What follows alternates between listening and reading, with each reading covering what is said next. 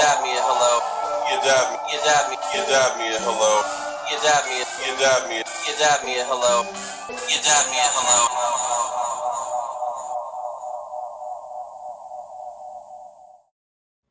Welcome to You Dab Me at Hello. I am Andy, as always.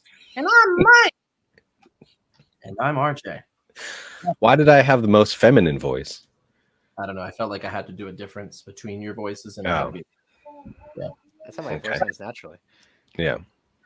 No, you're like, hi, I'm Andy. But then I Hey. laugh like SpongeBob. That's true. I don't know if it's just years of hanging out with you, but I feel like over the years, our voices just get higher in our laughs. Like every year. It's like, now. That's it. But hey, it's been a long 2 weeks. It's been an emotional 2 weeks. It's been a boring 2 weeks without you dabbing me at hello. But we are here. We are back, and we are back with a subject that 50% of you want to hear about. It is wrestling, and I'm very excited about it. We're going to talk about classic tag teams today. How do you guys feel about it? I'm excited to get back to a wrestling topic. It's been a while. And Andy, what were you just going to say? We haven't done one this whole season 3. This whole season, you're right, yeah. We wanted to cater more towards the audience, and that meant less wrestling. But you know what? We've been on a wrestling kick. We went to a show a couple of weeks ago. Yeah. Which was a good time. I think we're on the floor. That's the first time I've ever been. Yeah, sixth row. Sixth row. That was amazing. It's a lot of fun. And we were like the first row that had like an aisle in front of it. So there was like us, an aisle, and 5 more rows. So it was pretty sweet. Which we thought was going to be a good thing. And then everybody happened to stop and stand there in front of us for long periods of time. It seems like a lot of people didn't know where their seats were. Yeah. Yes. That's the other thing. Like, if you there was always somebody who was like, I think this is my seat. And you'd be like, no, you are actually on the second level. Nowhere near here. So not even sure how you got to the floor.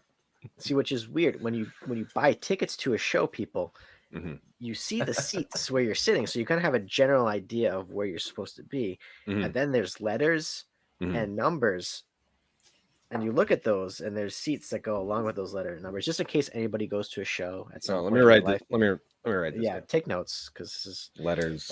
It's really hard, Andy. I mean, here in Warwick, Rhode Island, they just opened the Apple Cinema, and they do assigned seating. And I'm watching all the comments on Facebook. There have been fights breaking out at Apple Cinema because people buy a seat and then go there and they're like, I just want to sit wherever I want to sit. And then they get kicked out of their seat. And there's actually been some fights already at Apple Cinema because people don't realize there's assigned seating that they chose themselves. Yeah, I was going to say you can sit wherever you want to sit because you pick where you want to sit. I will say one time I went to a show, a wrestling show, and it was like fold up chairs, right? And we were sitting in the seats, and then like 3 other people came. And they're like, "You're in our seats," and I was like, "Nope, here's my ticket." And then they showed me the same exact ticket, and we had the same seats. So that has happened to me. All right. So well, what happened? They just put more chairs, and they're like, "You guys good here?" And we're like, "Whatever." Oh, you guys didn't like hit each other with the chairs? It was a wrestling show. No, it was all good. It was all good. You did it wrong. We just laughed at the insanity of it all. Fair enough. Cool. Well, hey. It's been a crazy couple weeks, but we are back. As Andy said, we had a wrestling trip. We went up to Boston for that. Had some Raising Cane's chicken. Oh yeah. Even though we promised we wouldn't, but we did. But they did it up right this time. Yeah. Yes, it was. Yeah, I don't like, but everything closed at like 6 o'clock on the street, so that didn't help because we had like an hour to kill. Yeah, that's true. So we were trying to find that record shop. We never found that record shop. There was a sign for it on the street, and then there was just like an alleyway, and there was like a guy. There was a guy standing in front of it who was like, "Stop looking at me." Yeah, we pointed at him, and he's like, "Me?" And I said, "No, the record store." He's like, "What record store, idiot?" And then he pulled out like a bunch of records from like his jacket. And he was like, "These records." I said, "You were the record store," and he showed me his ID. And his name was Record, last name Store. I hate everything you say. Well, hey, here it is. Classic tag teams. You are seeing any tag team that existed in the 90s or prior. They could have existed in the 2000s as well, but we're going to focus on the 90s and prior. So there are some names on here like the Hardy Boys and Edge and Christian that may have made a larger impact in the 2000s, but we are going to base them only on their 90s work. So keep that in mind. There are plenty that didn't make the list as well.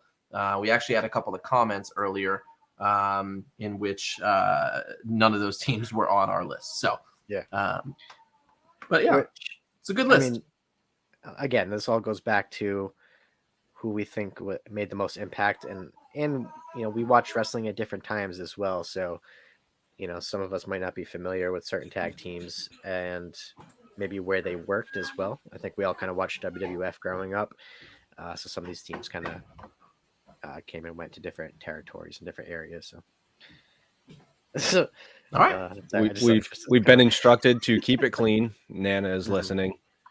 Trista also says that the 90s classic is classic, so now she needs to go take her Centrum Silver. All right.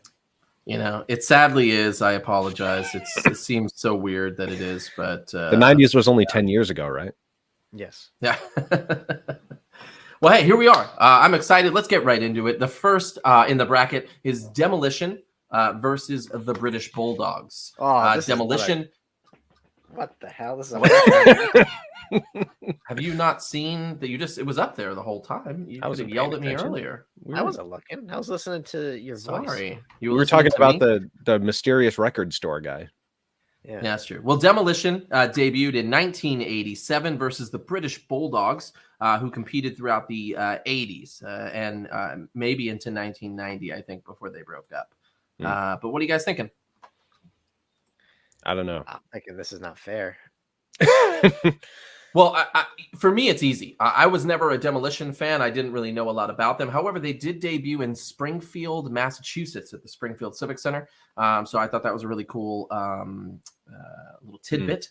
And later, even though it was Axe and Smash, Crush ended up joining Demolition for a short time too. Brian Adams, who I did enjoy later in the Disciples of Apocalypse as well. But I'm going to go with the British Bulldogs for sure. Man, Dynamite Kid, Davey Boy Smith, they were great wrestlers, way ahead of their time. I'm going to go with the team that I remember the most, and that would be Demolition. Oh, dang. It's up to you now. A huge fan as a kid of Demolition. Even though they were dressed up in complete bondage gear. I don't understand that as a child. No, Mad Max gear. Oh, sorry. Yeah. Total difference there. Big difference. But as I got older, Demolition. Yeah. And I know I was waiting for these names when we put it out there. I just made that up now. Why didn't I comment that? I don't know. Way better than I'm was pretty good. sure one of us. Yeah. Yeah. But I got to go with the British Bulldogs on this one. Oh, okay, good. I was a little surprised there. I didn't know if you were going to go with Demolition. Well, as I said, Demolition actually Springfield, Massachusetts, way back in 1987. How many? I think they had three-time? They were three-time WWF Tag Champs. Yeah. They had a lot of great matches with the Hart Foundation. They actually had a big match at SummerSlam '90 where they lost to the Hart Foundation in a 2 out of 3 falls match. They were all over. Say about Demolition? Oh, they came back in NXT UK for a bit for some random reason. Did they? Yeah. Wow. Yeah. Are you sure about that? I'm pretty sure. That was Sasha Banks and Alexa Bliss. Well, I mean, they were there too. So sounds cool. Yeah, as I said, the original team was Axe and Smash. They had the original Smash was Randy, I think it was Collie, who was Moondog Rex. So he only lasted like a short second because people were recognizing who he was. So they got Barry Darsow, who was Crusher Khrushchev, was the Repo Man, the Blacktop Bully, Mr. Hole in One Barry Darsow. Like he was like any gimmick he could be. Played it perfectly, and people didn't recognize him. I think later on they started recognizing him because he had a tattoo. He had a tattoo. Yep. And then Bill Eadie, who was Axe, once he I guess he developed like an allergy to shellfish, so he couldn't wrestle as much. So that's why they got Crush in there. And I liked Crush when he came along. I think I Heart have, punch. yeah, I think I have the original figure of him as well. I think I found it. I think I found the Demolition. It was either them or the Rockers. They used the Freebird rule, in which they actually did shuffle out the members, and they which we'll talk about later with the Freebirds, but and the New Day uses it quite a bit over the last couple of years too. But that's the rule, essentially, if you're not a wrestling fan, where 3 people on a 2-person tag team, they could cycle through the people. So these 2 could fight you one night, the other 2, a different person could be in the next match. Never knew. Never knew. The Dark Order before the Dark Order. Depended on seafood, I guess. But. Yes. Hey, next up, we have the Hart Foundation versus Rock and Roll Express. What the hell is going on? We have a lot of good names. The left side of this bracket is stacked.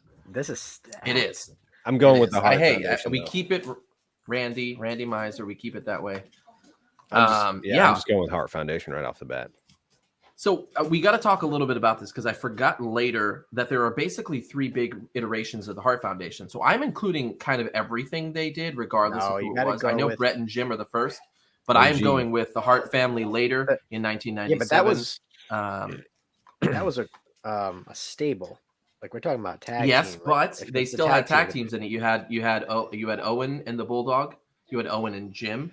I'm going Bret. Hart Foundation. I'm going Bret and Jim. I'm not OG. Anybody else. OG. Yeah. I'm going with the Hart Foundation. All of them. Oh, okay. Okay. Well, then Andy doesn't get to pick. So I think this is a scenario of us not knowing the Rock and Roll Express as well as the Hart Foundation because they weren't really on WWF TV. They were more NWA, AWA, like everywhere else. Jim Crockett Promotions. They were probably the most popular tag team at that time, especially like them against like the Horsemen. Like they were like they had a big feud. Yeah. Basically, it was to the point where the police had to be at their homes because people would be at their house. Like that's insanity. And basically, anytime that they would need time off, like Jim Crockett would be like, no, because they would lose so much money without them being there. Oh man, they won the Jim Crockett promotion, the NWA World Tag Team Championship 4 times, the Mid-South Wrestling Association Championships 3 times, 2-time NWA World Tag Team Champions, 10 times Smoky Mountain Wrestling Tag Team Champions. Yeah, they had a huge run to Smoky Mountain. So Pro Wrestling Illustrated ranked them the number 4 best tag team during what they call the PWI years, so years that they covered wrestling. So inducted into the Hall of Fame in 2017 by Jim Cornette. Yes, well. and they won Tag Team of the Year in 1986. Yeah, and they're still wrestling, still highly touted as a good tag team. Like other tag teams want to face them all the time. FTR just went against them at an indie promotion. So huge legacy. And they've made appearances in AEW too as well. Yeah, I mean, so many teams have emulated them, like the Hardy Boys. Speaking of, next up is a dream match. What do we got? That I wish I could have seen: the Rockers versus the Hardy Boys.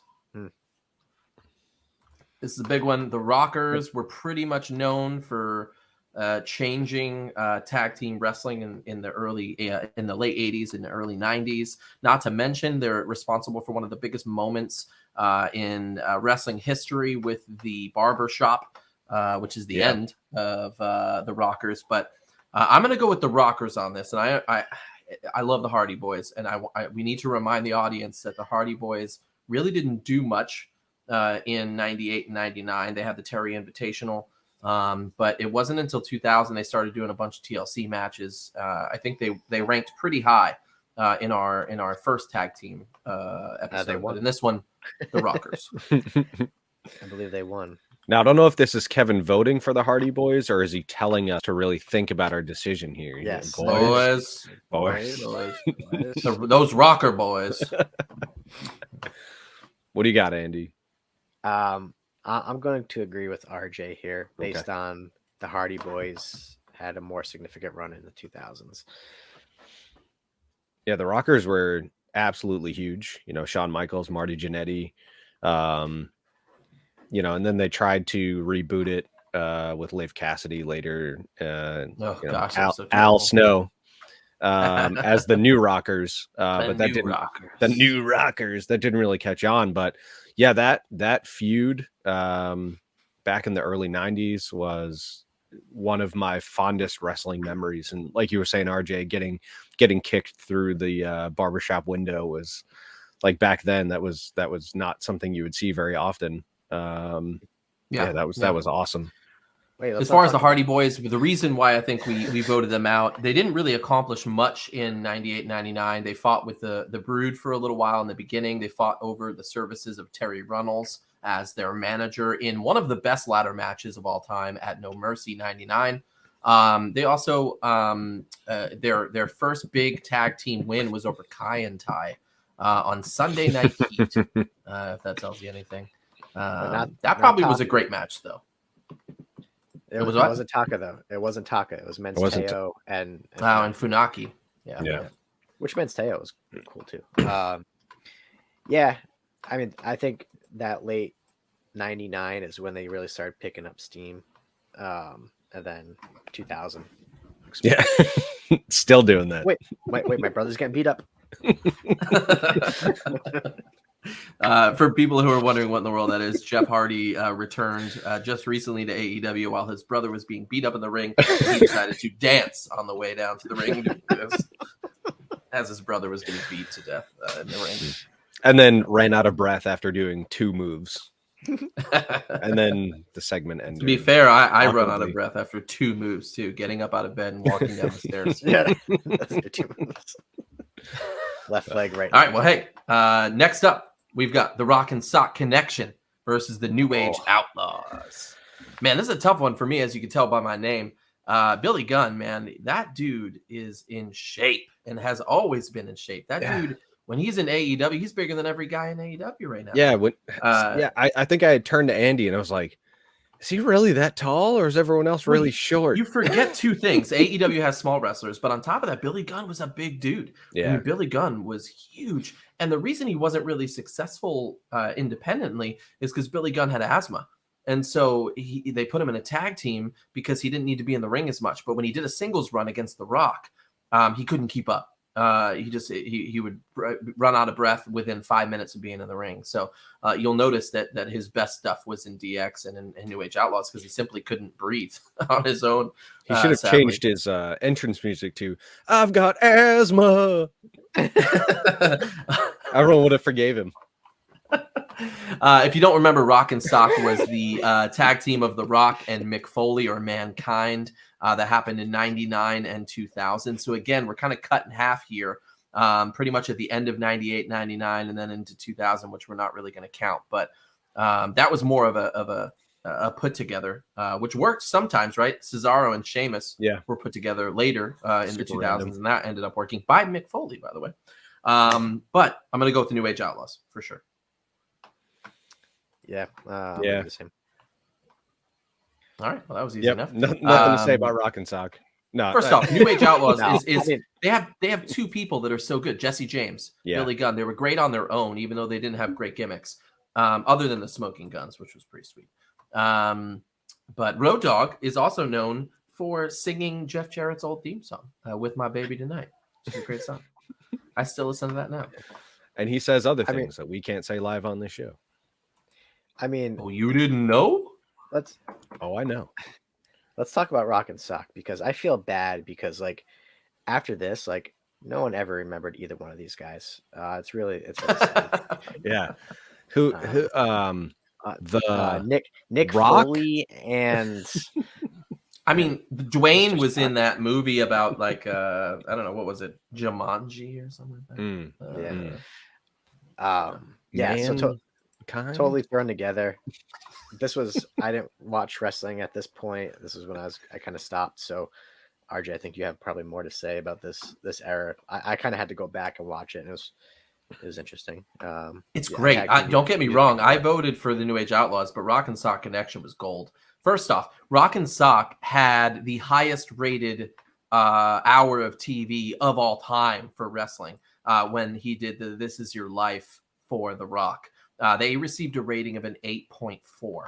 Wrestling these days is lucky to get a 2, and they had an 8.4 in that hour in which they did the This Is Your Life. If you're wondering what I'm talking about, look up The Rock, This Is Your Life. It's hilarious. Mankind brings back The Rock's ex-girlfriends and gym teachers, and just it's hilarious stuff. And at the time, it was definitely a comedian duo for sure, and it was great. Yeah, and if anyone's wondering why it's called Rock and Sock when the other guy's name is Mick Foley, it's because he had a Mr. Socko. So this is how ridiculous wrestling was back then. He would just pull out a dirty sock that had a face on it, and he would from his underpants. From his pants, from the front of his pants. And he would stick it in his opponent's mouths. Wrestling's very serious.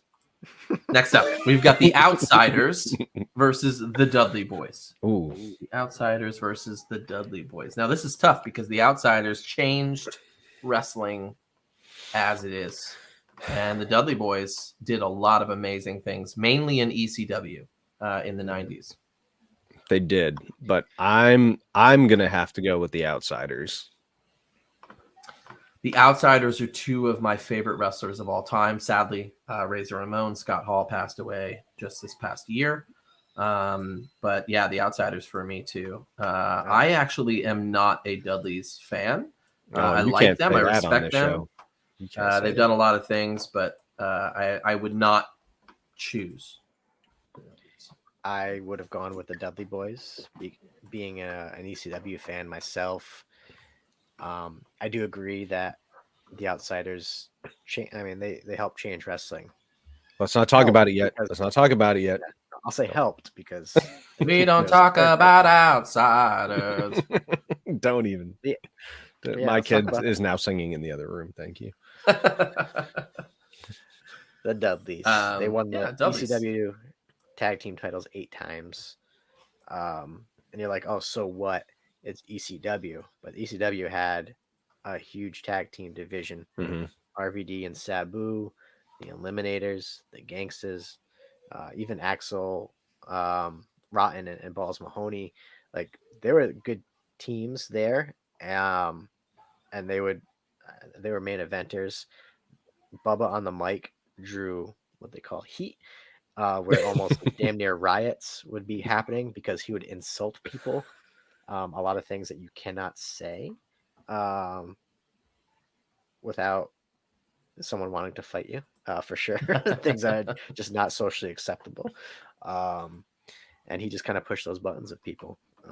And that's because of their notoriety there. They ended up going to WWF in 99 and exploded. Like a lot of ECW acts at that time, you go to WWF or WCW, like, you were pushed down on the card, not the Dudleys. Like, they immediately made an impact. And then obviously the big matches against the Hardys and Edge and Christian and all that, where the old ladies they put through tables. They put through tables.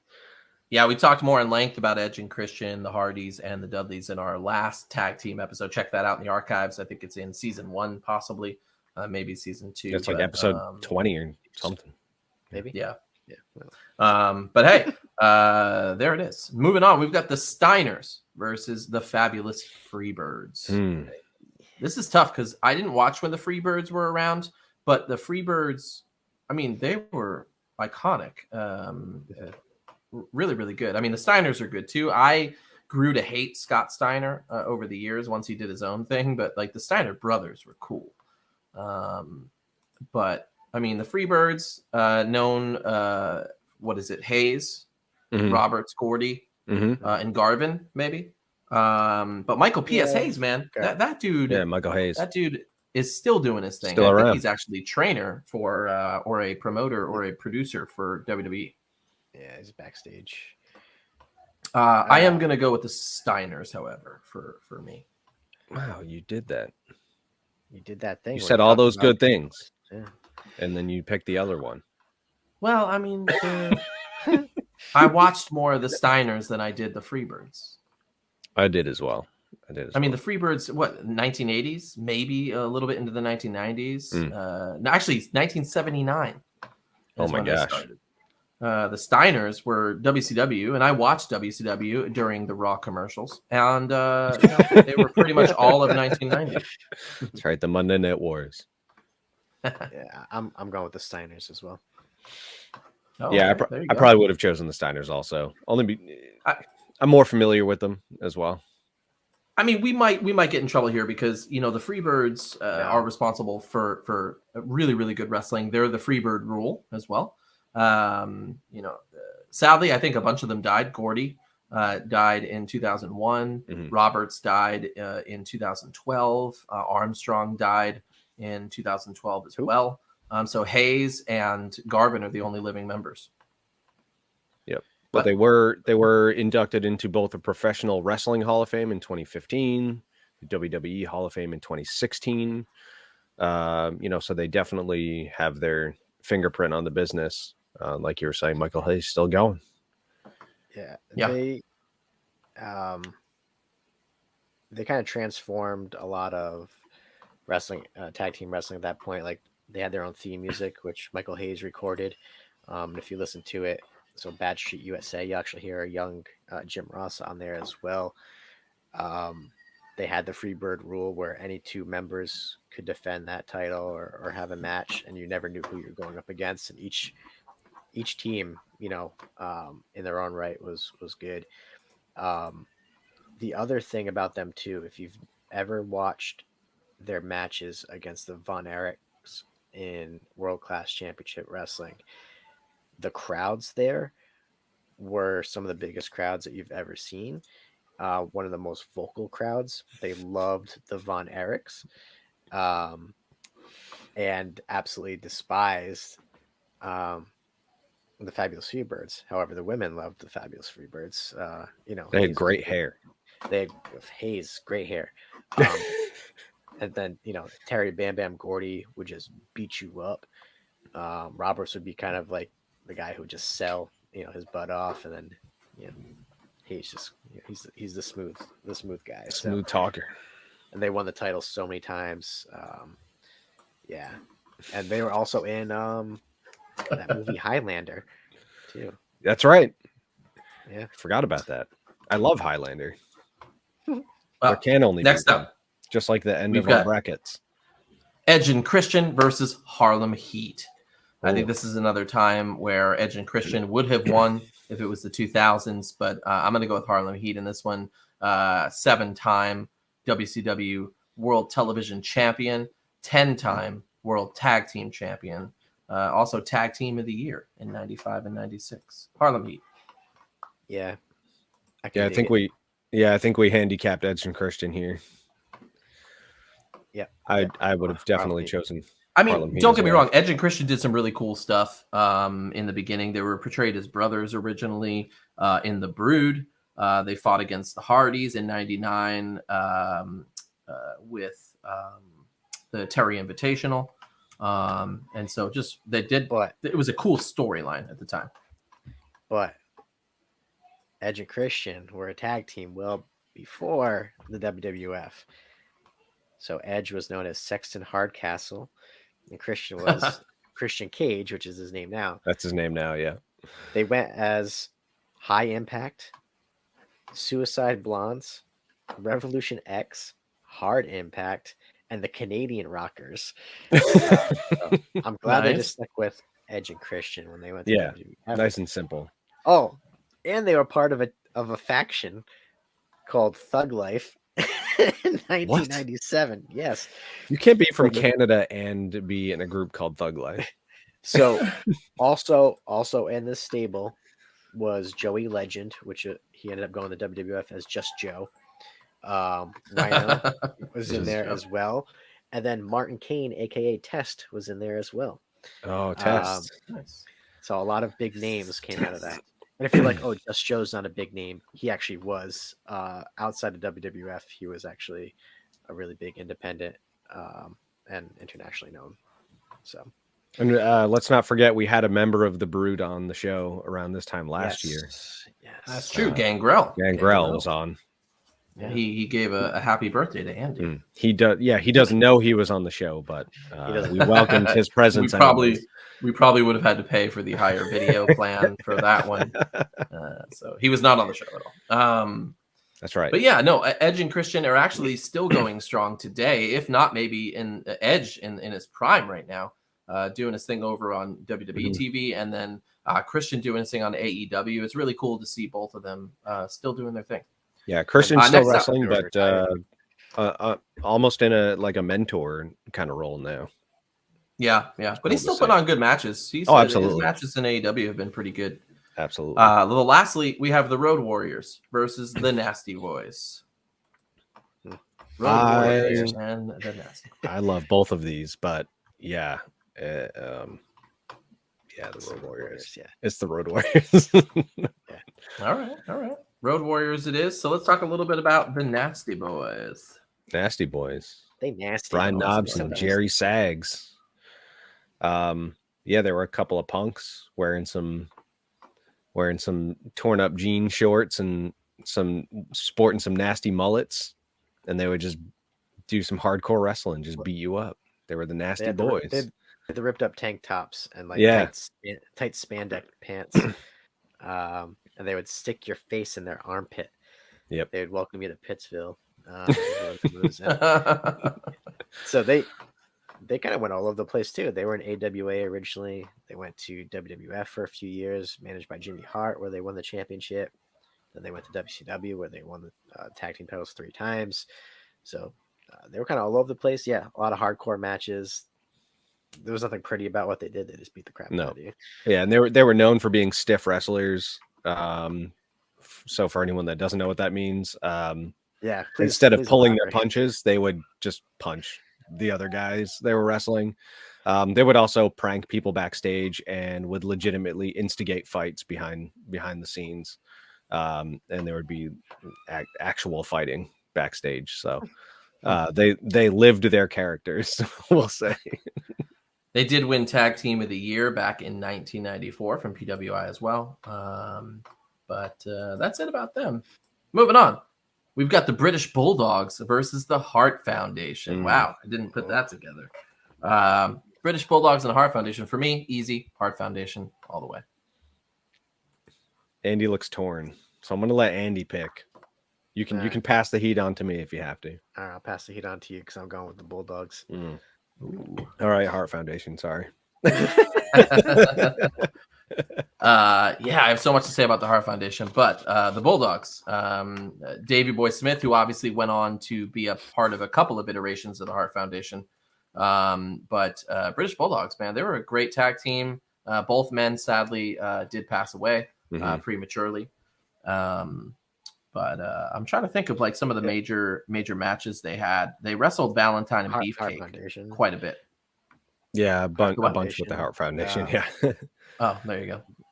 I mean, tag champs WWF one time. Yeah, they were with WWF for only 4 years. They had that dog Matilda with them as 2. Oh yeah, forgot about that. Yeah, they used to put it on a pedestal at some point, right? I feel like they used to something like put that it in the corner.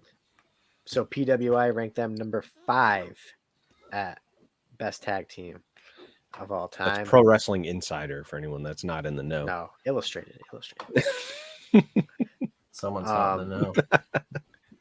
So I was close. They also had a lot of big pair matches. rapping. They were huge in Japan, which is, I've watched a majority of the matches that I've watched of them has been in Japan. Tom Billington, aka Dynamite Kid, everybody wanted to be him. He was very influential on the style that you even see now. amongst wrestlers, very high flying. He had these matches against Tiger Mask that revolutionized junior heavyweight wrestling. You saw a lot of wrestlers kind of emulated him, like it or not, but like Chris Benoit, that the hard hitting, which ended up taking a toll on his body to the point where he ended up in a wheelchair.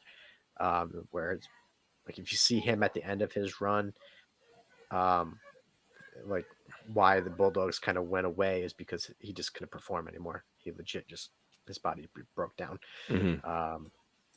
which was unfortunate, but happens to everybody. Yeah. Well, it's not true. like that. Like it just for some it happens faster than others. Yeah, he's a young guy. But anyway, that was a not performing joke, Andy. But thank you for. Womp. All right. Well, hey, the Hart Foundation moving on over the Bulldogs. Next up, we have the Rockers versus the New Age Outlaws. I think we have to kind of look a little bit more in depth about what the Outlaws accomplished before 2000. I mean, they joined DX. They were the whole point, I think, was on Shotgun Saturday Night. Jesse James walked out to the ring following a loss to Rockabilly, to Flash Funk. And they kind of got together, started doing their thing. They had that Legion of Doom feud in which I think they shaved Hawk's mohawk. So I'm going to go with New Age Outlaws over the Rockers, surprisingly. Considering Michaels is my favorite wrestler of all time. Mike looks deep in thought. You want me to make it easy and just say New Age Outlaws? Yeah, that's fine. New Age Outlaws, that's fine. I was going to go with the Rockers just based on them being so influential when they were were in their prime. But you could also argue that Shawn Michaels was way bigger after the Rockers, and I kind of feel like, maybe the New Age Outlaws were just as big separately as they were together. I don't know. Yeah, I mean, they both did their thing. I mean, Billy Gunn obviously is still doing his thing with his sons. Road Dogg was behind the scenes in NXT for years. Until recently. Thing as well. Until recently. Until recently. But with the Rockers, Tag Team of the Year in 1989, they were responsible for kind of being a really innovative, high-flying team, which at that time there wasn't many, especially in WWF. Not in the mainstream, yeah. Yeah, and on top of that, they're responsible for their breakup being one of the most memorable moments in wrestling history. Yeah, I remember watching that as a kid. Yeah. When it happened, and it just like blew my mind. I'd never seen anything like that on TV before in wrestling, like someone get thrown through a glass window. Yeah. Because you're watching as a kid, and you're kind of like, where's the realm of reality here? And then when you see something like that, you're like, oh shoot. However, that guy went through a window. However, on the flip side, when I got to the age when I stopped watching wrestling, it's because of Shawn Michaels. I know, big. Why? Big but why? Because this was around the age when I started realizing that what I was watching was was planned, right? And I had a something on VHS, a match, and I'm watching Shawn Michaels, and someone like punched him, right?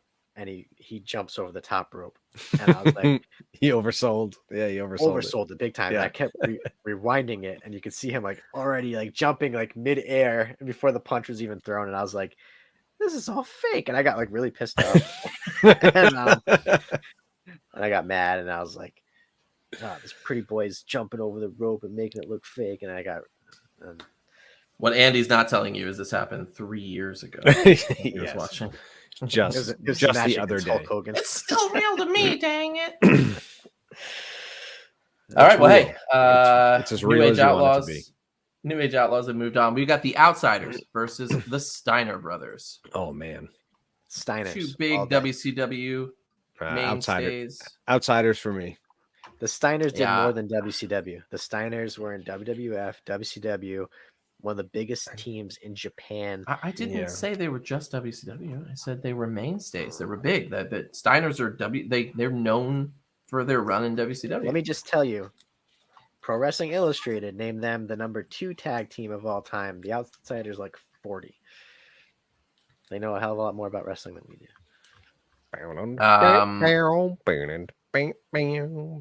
Yeah, you know what? I'm gonna go. I'm gonna go with. I'm torn. Here's why: the Steiners are better in-ring wrestlers together. The Outsiders had many more moments They in barely wrestling wrestled rather with each than other. Like how many tag team matches? You what? That's what I'm How many saying. I'm agreeing with you. I'm saying the Outsiders are known for their moments. The Steiners are known for their wrestling. Even though the Outsiders are great wrestlers, just they didn't do a lot in WCW together. But remember, part of wrestling is the characters. I know the Outsiders are way better John characters than the Steiner brothers. I'm gonna go with the Steiner brothers based on this. Yeah. All right. Only that because I don't like the Steiners in comparison to the Outsiders. I find the Outsiders more entertaining. I find that they changed the landscape of wrestling a whole lot more than the Steiners ever did. But the Steiners were better wrestlers as a team. Razor Ramon, Kevin Nash, Scott Hall, Razor Ramon, Diesel, way better. But they just weren't together. There wasn't as much. Maybe I didn't watch enough WCW at the time, but most NWO matches ended in a swerve, bro. It was a swerve, like they were shady. Here's the 300th member of the NWO. Hulk Hogan joined like 4 times. Well, I mean, first off, you got to remember Hall and Nash left WWF, moved over to, and that was after they did the whole the curtain call. The curtain call. Yeah. Moved over to be the Outsiders. Storyline was that they were taken over. It was really cool to see. Things obviously went downhill after that with NWO, with how long that went. But they won Tag Team of the Year in 1997. They won the Tag Team Championship 6 times. One of them with X-Pac, or 6 at the time. So they did their thing. They were the Wolf Pack when Sean Waltman joined. That's true. All right, last one here: Harlem Heat and the Road Warriors. Harlem Heat and the Road Warriors. I'm going with the Road Warriors. Okay. It's hard because I feel like the Road Warriors for me were huge in WWE and Harlem Heat was huge in WCW. But I watched more WWE at the time. So I think I'm going to go with you on this one with the Road Warriors. Yeah, it's hard to not choose the Road Warriors here. What a rush. What a rush. All I remember from the Road Warriors is WrestleMania 13. It was the Road Warriors and Ahmed Johnson fighting the Nation of Domination, I think, in a Chicago street fight.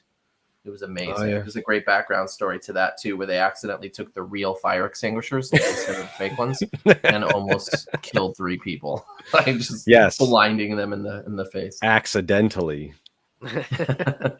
Well, not to mention they had the team with Ahmed Johnson, one of the lunkiest wrestlers there is, whom no one liked. I mean, I liked him. I thought he was cool at the time, but I didn't know backstage politics at that time. But he was a terrible wrestler in the background. But yeah, there we are. Road Warriors.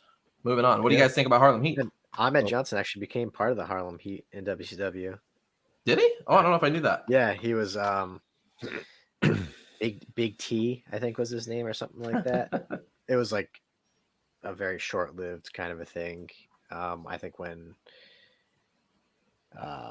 Stevie Ray was starting to kind of fade out, but Harlem Heat was like, I mean, they were one of the greatest tag teams in WCW history, bar none. 10-time champions. 10-time champions. That's probably, is that the most? Probably. I think it's a record. 10 times. They were probably the greatest tag team in WCW history. I mean, it was either them or the Steiner brothers, in my opinion. But yeah, the Steiners weren't there very long as a tag team. In comparison, I think they were there for quite a while. Well, yeah, maybe not in comparison, but they also made it into the Hall of Fame in 2019. I actually just watched that. Booker T still around, not in a wrestling role, but he's still in the biz. Yeah. So Steiners were in WCW from 88 to 92, and then they came back from 96 to 98 in a tag team capacity. So nice. So yeah, well, here we are, guys. We're in the top 4. We have the Hart Foundation versus the New Age Outlaws versus the Steiners versus the Road Warriors. Oh man, This is a good top 4 here. This should be a good battle royale. Yeah. Well, hey, as always, when we're in the top 4, we are in the dad jokes.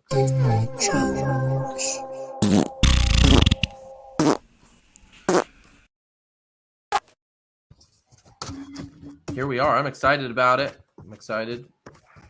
Shuffling my papers vigorously. What's the score? Right. Well, hey, Mike. Yeah, what is the score? It's been weeks since we heard that I'm winning. So Mike and Andy are tied at 14 points. Oh man. RJ has 17 points. Oh, ooh, that's not a good enough lead. I feel like I need to really make it happen tonight. I don't feel great about this week. Yeah, you said earlier that you don't think you have very good jokes. I think it's swerving us, bro. Yeah, swerve. I think you're trying to swerve Strickland to us. Sorry, guys. I'm doing my best impression of the who's the Vince Russo. It's a swerve, bro. It's a swerve. We're gonna catch him. I think the only people that know what you're talking about are the 3 of us right now. They'll never know that David Arquette will be the new champion. They'll never guess it, bro. It'll be a swerve. All right. Trista says, "Don't mess this up."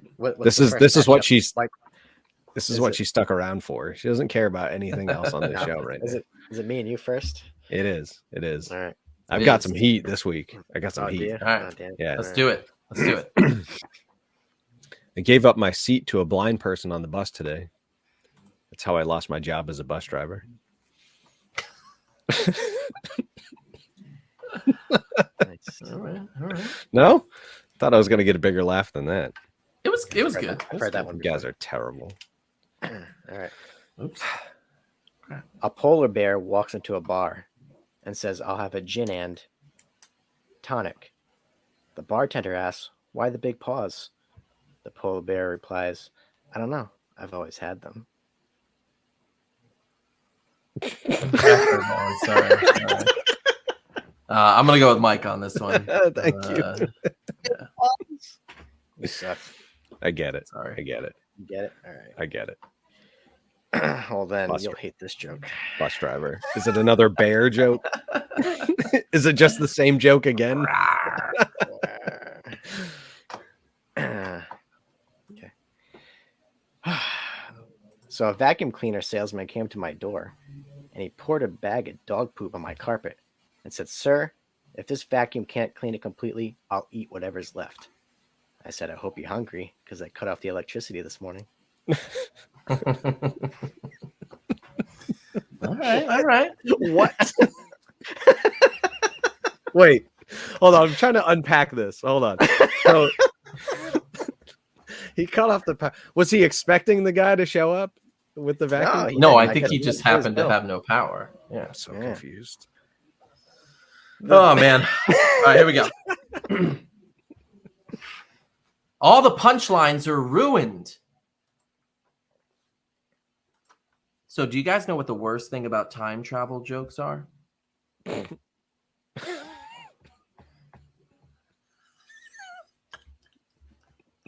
get it. I get it. I love it. I like RJ's joke.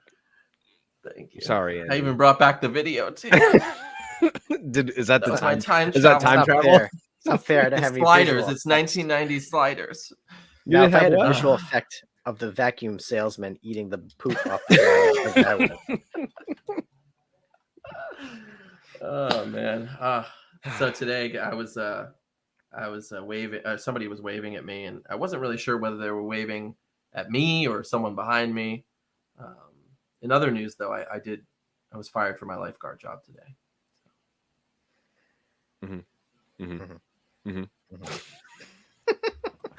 I talked to Andy yesterday about I wanted more than just a nod. I need more than a nod.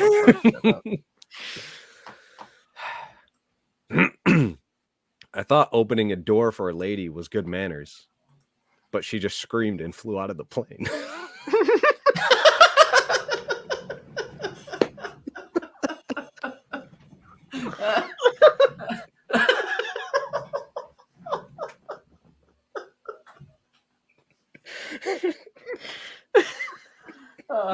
clearly my joke was Yeah, Mike takes that one. That might be the first one in a while that made me really laugh.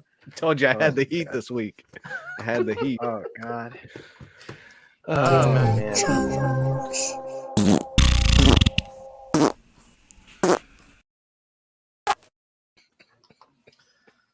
Oh man. All right.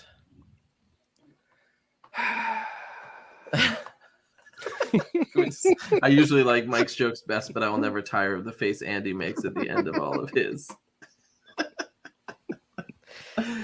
Oh man! All right. Well, hey. Right after when no one laughed. Still good. Still good. Good stuff. Good stuff. See, look at. Yes, of course. My kid likes jokes about poop.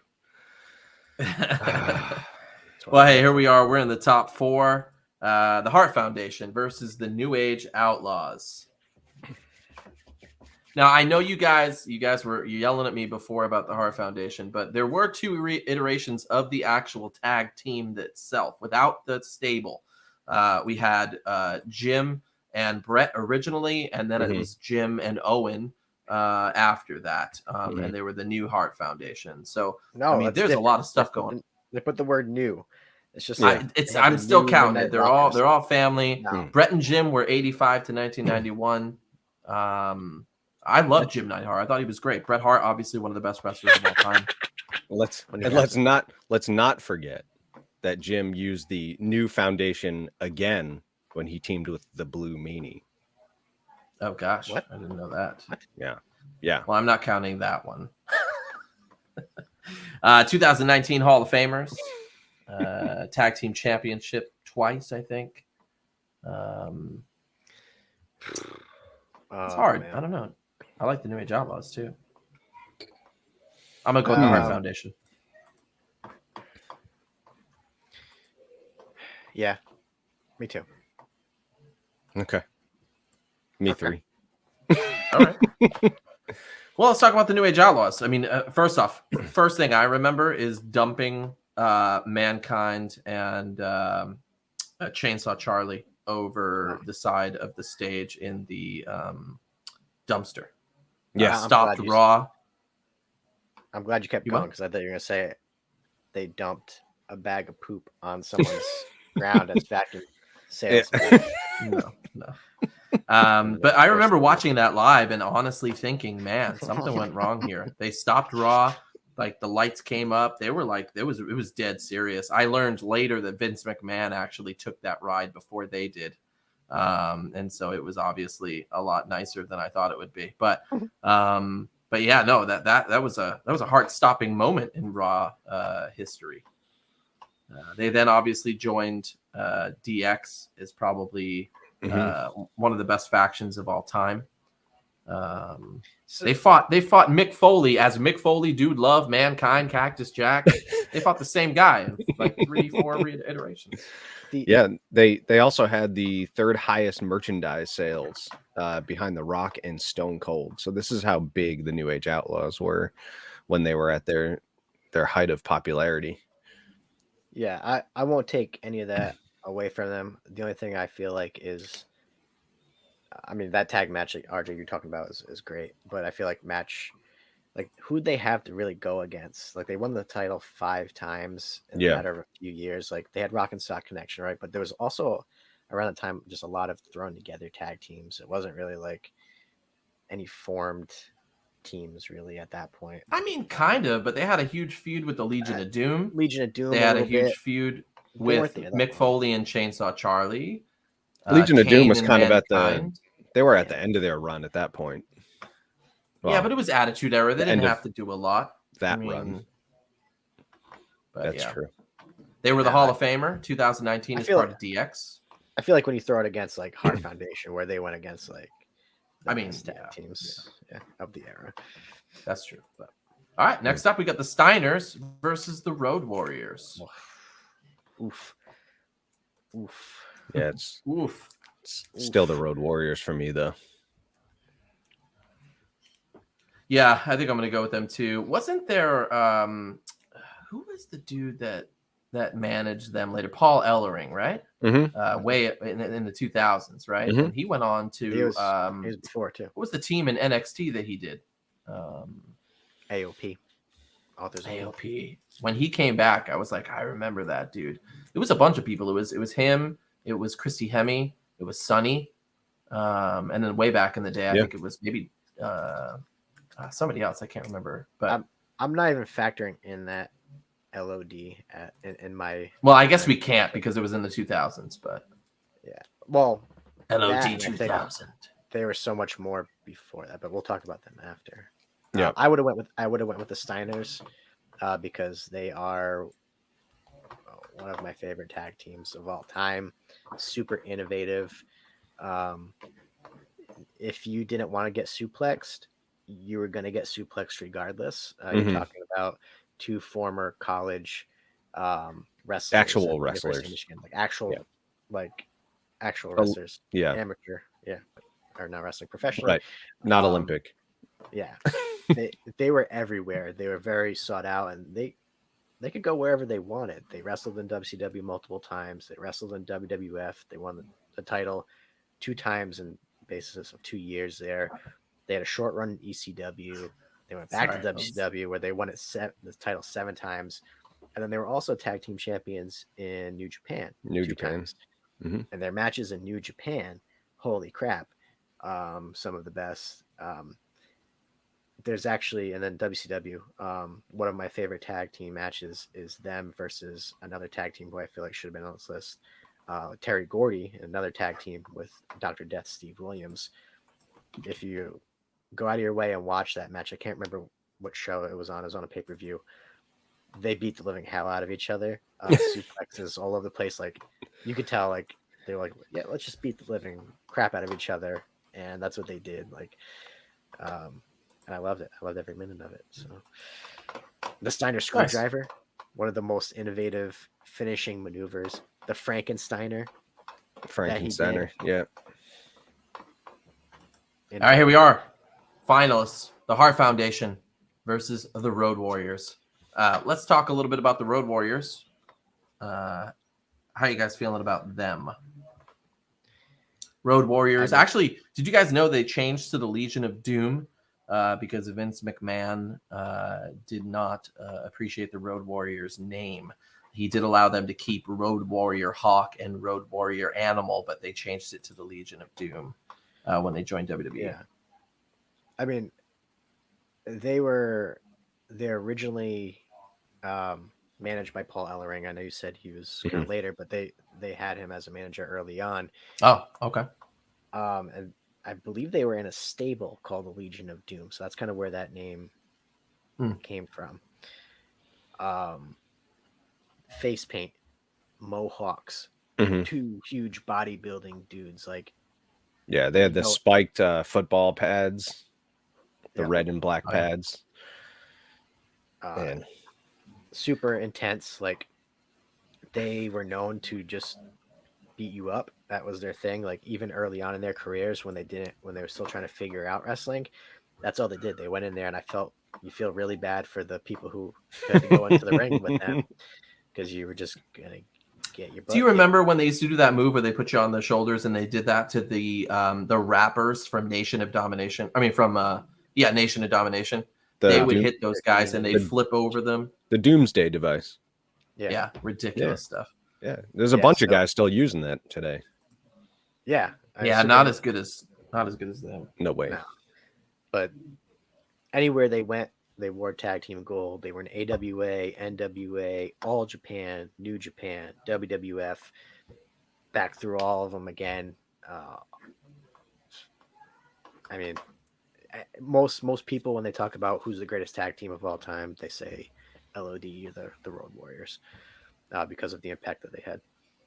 They were part of that amazing match, one of my favorites, Canadian Stampede in your house, in which it was, I think, 5-on-5, and it was in Canada, and all of the faces against Bret Hart's team, but they were in Canada, so they were booing Stone Cold and Legion of Doom and Goldust, I think it was. But that was such a good match. They headlined Survivor Series 2 in 1991. But I keep talking about the PWI top 100 tag teams. They were number 1 rated on there. Oh, there you go. I mean, they were Rookies of the Year in '83, Tag Team of the Year in '84, Hall of Fame for the Wrestling Observer, 2-time WWF Tag Team Champions, WWE Hall of Fame in 2011, Feud of the Year in 1987 versus Dusty Rhodes and Nikita Koloff, and Tag Team of the Year in '83, '84, '85, and '88. And do you know who Animal's brother is? I was just about to ask, is that John Laurinaitis? Yeah. Yeah. Why'd you say it like it might not be? That's it. Oh, okay. It. Yeah. I saw the last name. I forgot. And I was like, oh, that's the other dude too. There's only 2 Laurinaitis in the world ever, and it's those 2. Yes. And one of them is a Bella now. It was an easy guess. His new name is John Bella. Hart Foundation, right? Yeah, Hart Foundation. Let's move into that. Let's talk about those other dudes. Bret Hart, man, probably one of my favorite wrestlers of all time. No matter how bitter he gets, I still like him. My favorite. 1985 to 1991, Bret and Jim. Actually, this tag team came along because Bret didn't want to do anything else. He wanted to bring in his brother-in-law and wrestle with him, and WWE said no. And then Bret was like, "Well, I'm out then." And they were like, "Okay, you can do it." And they were managed by Jimmy Hart, who was not related in any way. Not related. Yeah. No relation. Yeah. No. He's a fake Hart. Yes. They kind of followed a lot of tag teams where you had complete opposites, where you had Jim Neidhart, who was pure power, versus Bret Hart, who was technical, greatest technical wrestler in the world, probably. Yeah, then you get LOD on the other hand, and it's just 2 behemoths, powerhouses who are just smash face. Yeah, it doesn't matter where you're going, you're getting your face kicked in. So, but yeah, Hart Foundation super innovative too. Their finishing maneuver, the heart attack, great move. People still do it. They have a lot of influence on tag teams today as well, and they had some really great matches, like technical matches, good matches against the Bulldogs, against the Rockers later on, and then that kind of spawned Bret's singles career as well. They were one of the few. So I'm a fan of late 90s wrestling. I did watch early 90s wrestling, but the reason I liked early 90s wrestling is because of the innovative guys like this. I wasn't into the Hulk Hogan's. I wasn't into the bigger guys. So seeing Bret Hart, Jim Neidhart, Owen Hart, Shawn Michaels, even The Undertaker, start to come up in the early 90s. Like those, it was the new, what do they call that? The new era of wrestling, or the new Federation years, I think. That's where I liked the early 90s. So where are we, guys? Hart Foundation or the Road Warriors for our finals? I don't care. Both my jokes lost. I do have an answer. I'm going to go with the Hart Foundation. This is a toss up for me because the Road Warriors really were, they were bigger than the business. Like they brought in, licensed music as their theme song. They were larger than life characters, but on the other side, you do have Bret Hart. So I don't know. It's really hard for me to choose here. I'll make it more difficult because I'm going with LOD. Ooh. So I'm listening. Go ahead. I was gonna say, it's a lot of talk about Bret Hart from you guys, but so that's one guy where LOD was a I'm not taking Jim Neidhart is the man. I like. They complemented each other very well. Yes, and Jim was a character, like for sure. The whole grabbing the beard thing, and he was no slouch in the ring either. He'd beat the crap out of you as well. So, but so where are you, Mike? LOD is like, people know who the hell they are, even if they don't watch wrestling. Yeah, that's pretty much what I was just about to say. Anyone who doesn't watch wrestling knows who Legion of Doom, Road Warriors, whatever you want to call them. So I think that answers our question. I think the winners are the Road Warriors. But Mike, Bret Hart was in The Simpsons. He was on The Simpsons. He's also going to be in Massachusetts in June. We should go. What? Yes, Webster, Mass, I think. Yeah. All right, well, here we go. Road Warriors. RJ can't go because it's one of his kids' birthdays. Yeah, I mean, who knows? Maybe I'll bring the kid, like you said. FTR. Come on now. The Road Warriors are the tag team champions of the episode. If you don't know who we're talking about, go and check them out on YouTube or on the Peacock. Kick your face in your face. Or leg in your hey, that's it, guys. I'm excited. This was a good comeback after a couple weeks off. A couple people that didn't make it for me onto the list: Hollywood Blondes, Kane and X-Pac, the Godwins, Owen and the Bulldog, the Smoking Guns, the Headbangers, and Too Cool. Get out of here. We're talking about the greatest tag teams of all time, and some of those are barely. Some of those are fun, comedic. Too Cool is too cool. I'm not saying they weren't good in the ring or they weren't comedic or they brought some sort of something good, but you're talking about the greatest tag teams of all time. Can you imagine the greatest tag team? Too Cool versus the Hart Foundation? It wasn't the Hart Foundation on Road Rules. It was the Headbangers. They were on MTV's Road Rules. What about the Natural Disasters? Natural Disasters, that was a good team. What about the Bushwhackers? Again, another one. What about Professor Tanaka and Mr. Fuji? Yeah, I mean, we definitely left off some old school ones like the Wild Samoans. I said Gordy and Dr. Death, the Miracle Violence Connection, RVD and Sabu, the Eliminators. Hell, if you want to go WWF, you can say Money Inc., Ted DiBiase and IRS, Nikolai Volkov and Iron Sheik, the Brainbusters, the Midnight Express. Again, another very influential tag team of the 80s. Well, before their time. So many good ones. All right. Well, hey, there we are. Thank you guys for joining us for another episode of You Dab Me a Hello. We are back next week, and then I think we're off the week after that. But we are back next week with an all-new, brand-new episode. And if you are not a fan of wrestling, we do have a non-wrestling episode coming up next week, so feel free to check that out. We also have a surprise for you tonight. Andy and I are going to debut on this episode our newest song, which is called Higher. It is available right now on Spotify, anywhere else you can get your music, and on YouTube. But we are going to show you our newest song, Higher. So feel free to stay and comment below during the song if you're liking it or hating it. If you hate it, we won't show that comment, but we appreciate it anyway. But other than that, thanks for coming along. You didn't ask for it, but we're here anyway. Welcome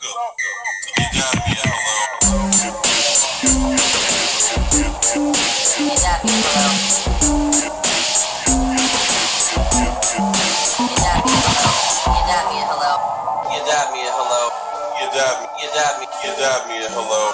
You dab me. You dab me. You dab me a hello. You dab me a hello.